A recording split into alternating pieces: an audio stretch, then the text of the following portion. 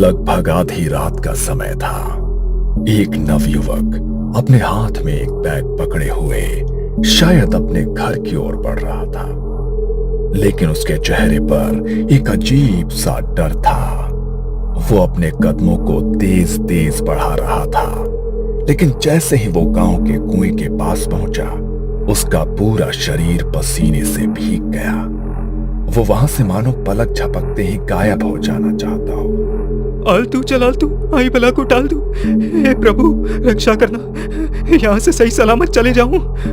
उसने अपने कदमों की रफ्तार को तेज की, लेकिन जैसे ही वो कुएं के पास से गुजरा तो उसके कानों में किसी की पायल की आवाज पड़ी। उस आवाज को सुनकर डर के मारे उसके पैर वहीं जम गए और उसके कंधे पर उसे कुछ महसूस हुआ। उसने हिम्मत करके पीछे मुड़कर देखा तो घूंघट ओढ़े एक औरत उसके सामने खड़ी थी। उसे देखते ही डर से उसका चेहरा फीका पड़ गया। तभी उस औरत ने अपना हाथ उसके चेहरे की तरफ बढ़ाया और उसकी गर्दन को एक ही झटके में मरोड़ दिया और वो निढाल होकर जमीन पर गिर पड़ा। अगली सुबह जब लोग वहां से गुजरे तो कुएं के बाहर लोगों का जमावड़ा लग गया। सत्यानाश, पता नहीं ये किस किस को और लेकर जाएगी। पिछले 2 महीने में 5वीं मौत हुई है ये। मना किया था रात को यहाँ से कोई मत जाना। इंसानों को, हमारे जानवरों को, किसी को नहीं छोड़ा इसने। मुझे तो ये सती माता का प्रकोप लगे है। सती आसरा का स्थान बनाना होगा। देवी को रोज भोग देवेंगे और कोई भी सूरज ढलने के बाद यहाँ ना आवेगा। देवी को रात के समय जरा सा भी विघ्न पसंद ना है। अपनी जान बचानी है तो यही करना होगा।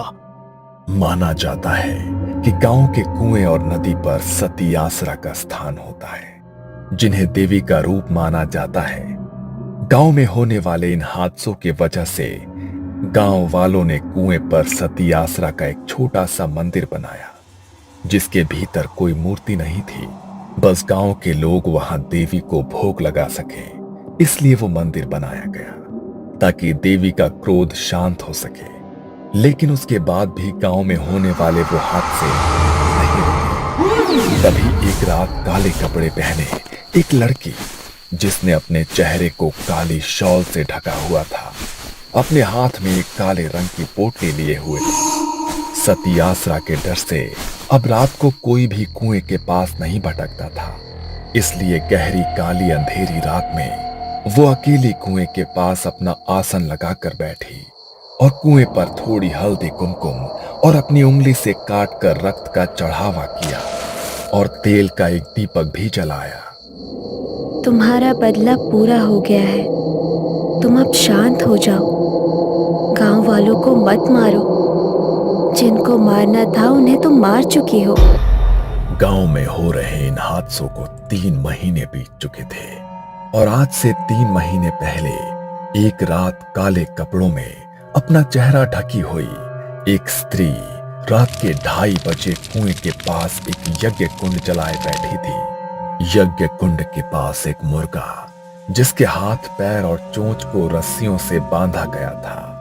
नर कंकाल की खोपड़ी में किसी जानवर का रक्त भरा हुआ था। वो उस रक्त का छिड़काव बार बार यज्ञ कुंड में कर रही थी और बड़ी ही धीमी आवाज में कुछ मंत्रों का उच्चारण भी कर रही थी। तुम्हें जागृत होना पड़ेगा। तुम्हें जागृत किए बिना आज की रात मैं यहाँ से नहीं जाऊंगी। बलि स्वीकार करो। उसने उस बंधे हुए मुर्गे को उठाया और धारदार चाकू से उसकी गर्दन को एक झटके में अलग कर दिया। उसकी आहुति उसने यज्ञ कुंड में चढ़ा दी। तभी वहां एक अजीब सी सिहरन उठी। रात के सन्नाटे में मानो कोई दबी आवाज उसे सुनाई देने लगी। कुएं के भीतर से मानो किसी की आत्मा निकलकर बाहर आ गई हो। उसने पीछे मुड़कर देखा तो घूंघट ओढ़े एक औरत उसके सामने खड़ी थी। जाओ और खत्म कर दो उन्हें। मुझे अपना बदला चाहिए। जाओ। मानो जैसे वो उसकी आज्ञा का इंतजार कर रही थी। उसके इतना कहते ही वो गांव की ओर बढ़ी और एक घर के बाहर जाकर रुक गई। दरवाजे पर ठक ठक की आवाज हुई। अरे इतनी रात को कौन आया है? रात के 3 बज रहे हैं। इस वक्त कौन दरवाजा खटखटा रहा है? तभी दरवाजे पर फिर से ठक ठक की आवाज आई।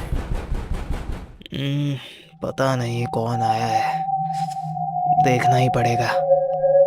मंगल दरवाजा खोलने के लिए गया। दरवाजे से अभी भी लगातार ठक ठक की आवाज आ रही थी। अरे बोल रहा हूं ना। अभी तक मंगल आधी नींद में था, लेकिन जैसे ही उसने दरवाजा खोला तो उसके होश उड़ गए। उसके सामने घूंघट ओढ़ी हुई वही औरत खड़ी थी, लेकिन जैसे ही मंगल ने उसे देखा तो हवा के झोंके से उसके चेहरे से उसका घूंघट सरक गया। मंगल ने जैसे ही उसका चेहरा देखा तो उसकी चीख निकल गई। उसका चेहरा पूरी तरह से गला हुआ था और आंखों की पुतलियां बिल्कुल सफेद होकर उल्टी हो चुकी थी। मंगल जल्दी से दरवाजा बंद करने लगा, लेकिन दरवाजा बंद नहीं हुआ। वो डर के मारे अंदर की तरफ भागने लगा। तभी उस भयानक औरत ने उसकी गर्दन को अपने हाथों में जकड़ लिया और एक ही झटके में उसकी गर्दन को मरोड़ डाला और उसके चेहरे के मांस को बुरी तरह से नोच डाला। दर्द के मारे पूरे घर में उसकी चीख गूंज गई और कुछ देर उसकी दर्द भरी चीखों के बाद सब कुछ बिल्कुल शांत हो गया। अगली सुबह जब परिवार वाले घर पहुंचे तो उसका ऐसा हाल देखकर उनके पैरों तले जमीन खिसक गई। ये क्या हो गया मेरे भाई को? तुझे इतनी बेरहमी से किसने मार डाला मेरे भाई? किसने मार डाला तुझे? अभी तो सिर्फ इसकी जान गई है, अभी तो तेरा मरना बाकी है। जितनी बेरहमी से इसकी मौत हुई है, उससे ज्यादा बेरहमी से अब तू मारा जाएगा। राजेश अपने भाई से लिपटकर बिलख बिलख कर रो रहा था। उसने गांव वालों के साथ जाकर अपने भाई का अंतिम संस्कार किया। रात को वो अपने भाई की तस्वीर को अपने हाथों में लिए रो रहा था। मत रो बेटा, भगवान ने हमारी जिंदगी में यही दुख लिखा था। पहले मेरा बड़ा बेटा चल बसा और अब मंगल। ना जाने किसका श्राप लग गया है हमारे घर को। एक के बाद एक अनहोनी घटती ही जा रही है। मंगल की मौत कोई सामान्य मौत नहीं है माँ। किसी ने जानबूझकर मारा है उसे। उसकी हालत नहीं देखी क्या तुमने? कैसे उसके चेहरे पर पूरा मांस नोचा हुआ था। मैं वो फिर से याद नहीं करना चाहता हूँ माँ, लेकिन जिसने भी मेरे भाई के साथ ऐसा किया है, मैं उसे ढूंढ कर निकालूंगा। नहीं छोड़ूंगा उसे माँ, मैं नहीं छोड़ूंगा उसे। उन दोनों की आंखों के आंसू रुकने का नाम नहीं ले रहे थे। 13 दिन बाद मंगल की सभी अंतिम क्रियाएं पूरी हुई। घर में बिल्कुल सन्नाटा पसरा हुआ था। राजेश अपनी मां के कमरे में एक गद्दा डालकर सोया हुआ था। तभी रात के लगभग 3 बजे दरवाजे पर वही ठक ठक की आवाज हुई। उस आवाज से राजेश की नींद टूट गई। उसने घड़ी में समय देखा तो वो भी हैरान रह गया। इतनी रात को घर पे कौन आया है? फिर से दरवाजे पर ठक ठक की आवाज हुई। मां की नींद ना टूट जाए इसलिए राजेश बिना सोचे समझे दरवाजा खोलने चला गया। लेकिन जैसे ही उसने दरवाजा खोला, उसके सामने भी वही घूंघट वाली औरत खड़ी थी। उसने अपने चेहरे से अपना घूंघट हटाया और सीधे राजेश की गर्दन की ओर हाथ बढ़ाकर एक ही झटके में उसके गर्दन को मरोड़ डाला। वो उसी वक्त निढाल होकर जमीन पर गिर गया। उसे चीखने का भी वक्त नहीं मिला। अगले दिन उसके अंतिम संस्कार की क्रिया की गई, लेकिन यह सिलसिला यही नहीं रुका। जैसे ही राजेश की मौत के 13 दिन बाद उसकी अंतिम क्रियाएं पूरी की गई, तो उसके अगले दिन घर के आंगन में उनकी मां का मृत शरीर मिला, जिनके चेहरे का मांस मानो किसी वैशी दरिंदे ने नोच लिया हो। सबसे बदकिस्मती की बात यह थी कि उनका क्रियाकर्म करने के लिए अब घर में कोई भी उनका वारिस, कोई भी सदस्य नहीं बचा था। ना जाने इनके परिवार को तो किसकी नजर लग गई है। तीनों बच्चे मर गए, राधा भी मारी गई। इन तीनों की मौत ही सामान्य ना है। मन तो लागे है कि किसी ऊपरी हवा ने ही इनके पूरे खानदान को खत्म किया है, वरना ऐसा हंसता खेलता परिवार ऐसे खत्म नहीं हो सकता। लोगों की उस भीड़ में काले कपड़े पहने अपने चेहरे को ढकी हुई वही औरत खड़ी थी, लेकिन उसकी आंखों में अब एक चिंता थी, जैसे कुछ तो ऐसा हो गया हो जिसकी उसने भी कल्पना नहीं की थी। ये सब क्या हो रहा है? उसे तो बस उन दोनों को मारना था, उसने इसे भी क्यों मार डाला? कहीं कुछ गलत तो नहीं हो गया? आधी रात को काला कपड़ा ओढ़कर वो फिर से अपने हाथों में पोटली लिए कुएं की तरफ बढ़ने लगी, लेकिन तभी उसने देखा कि कुएं के पास एक आदमी अपनी साइकिल से गुजर रहा है। मगर देखते ही देखते वहां पायलों की आवाज गूंजी और उसके सामने घूंघट ओढ़ी वो स्त्री अचानक से आकर खड़ी हो। डर के मारे वो आदमी साइकिल से गिर पड़ा। वो उसकी ओर बढ़ी और उसने उसके शरीर के मांस को भी पूरी तरह से नोच डाला। उसकी चीखों की आवाज पूरे गांव में गूंज उठी। ये देखकर काले कपड़ों से खुद को ढकी माया के होश उड़ गए। वो तुरंत ही वहां से भागकर अपने घर पहुंची। डर के मारे उसका पूरा शरीर कांप रहा था और आवाज हाँफ रही थी। ये सब क्या हो रहा है? मुझे उसे शांत करना होगा, वरना जो भी अब उस कुएं के पास से गुजरेगा वो उन सबको मार डालेगी। उसने उसे शांत करने की बहुत बार कोशिश की, लेकिन गांव में होने वाली मौतों की संख्या कम होने की बजाय दिन प्रतिदिन बढ़ती जा रही थी। इन हादसों को 3 महीने बीत चुके थे। माया अब अपनी आंखों के सामने किसी और को बलि चढ़ते हुए नहीं देखना चाहती थी। इसलिए आज उसकी शांति के लिए माया कुएं के पास बैठकर यज्ञ कर रही थी। तुम्हारा बदला पूरा हो गया है, तुम अब शांत हो जाओ। गांव वालों को मत मारो, जिनको मारना था उन्हें तुम मार चुकी हो। अब क्यों तुम गांव वालों की बलि देने पर तुली हो? तभी अचानक वहां बहुत जोर से हवा चलने लगी, जैसे कोई उसे अपनी मौजूदगी का एहसास कराना चाहता हो। कुएं की मंडेर पर जल रहा वो दीपक हवा के झोंके से बुझ गया और उसे भी अपने आसपास पायल की आवाज सुनाई देने लगी। उसने पीछे मुड़कर देखा तो वही औरत उसके सामने खड़ी थी। उसके चेहरे से घूंघट हट चुका था और उसका भयानक चेहरा गुस्से में उसे ही देख रहा था। देखो, तुम्हें शांत होना होगा। तुम अपनी छोटी बहन को इस तरह नहीं मार सकती। मैंने तो बस तुम्हारे बदले के लिए तुम्हें जागृत किया था। तुम दूसरों की जान क्यों ले रही हो? उन्होंने तुम्हारे साथ जो किया उसका बदला ले लिया है ना तुमने? आज से 4 महीने पहले गांव के एक घर में मातम का माहौल था। घर के बड़े बेटे का उसकी शादी के कुछ समय बाद ही निधन हो गया था। घर में 2 जवान बेटे थे जिनकी नजर अपनी विधवा जवान भाभी पर पड़ गई थी। मंजू अपने पति की मौत के गम में खुद को अपने कमरे में बंद किए बस रोए ही जा रही थी। तभी उसके दरवाजे पर जोर जोर से खटखट की आवाज हुई। उस खटखट की आवाज से मंजू अचानक से सहम गई और दीवार की तरफ घिसटती चली गई।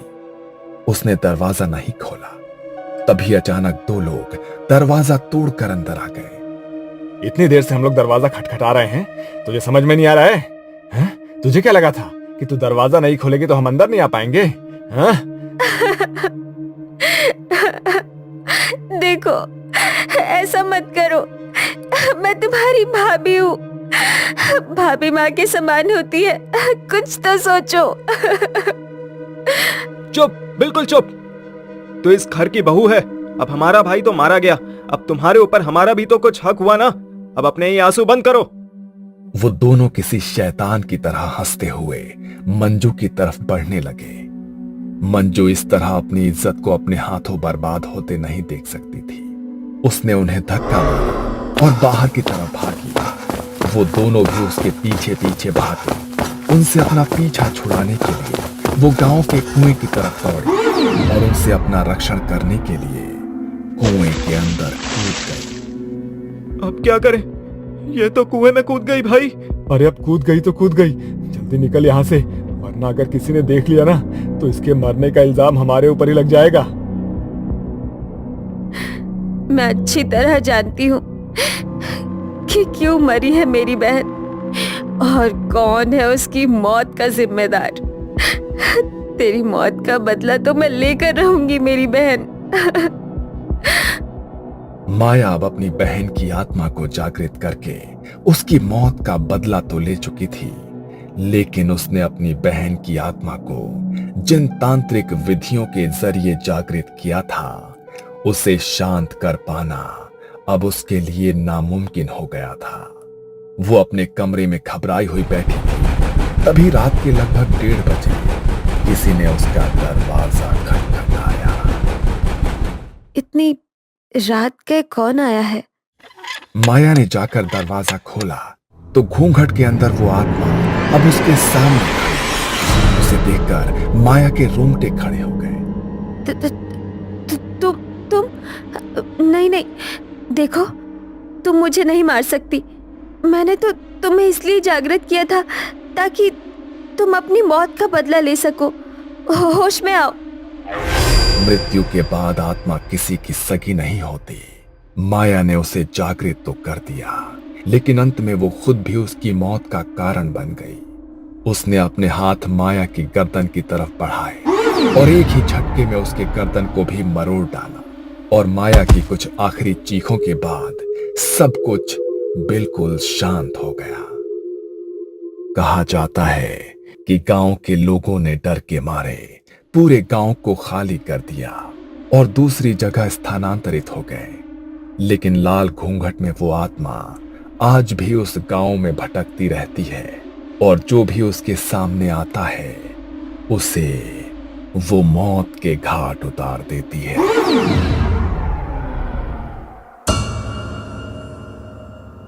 ये कहानी आपको अच्छी लगी हो तो हमें सब्सक्राइब करें, हमारा इंस्टाग्राम और फेसबुक पेज जरूर फॉलो करें। अगर आपके पास ऐसी ही कोई कहानी हो तो हमें कमेंट बॉक्स में भेजें। हम कोशिश करेंगे कि अगली एनिमेटेड स्टोरी आपकी होगी।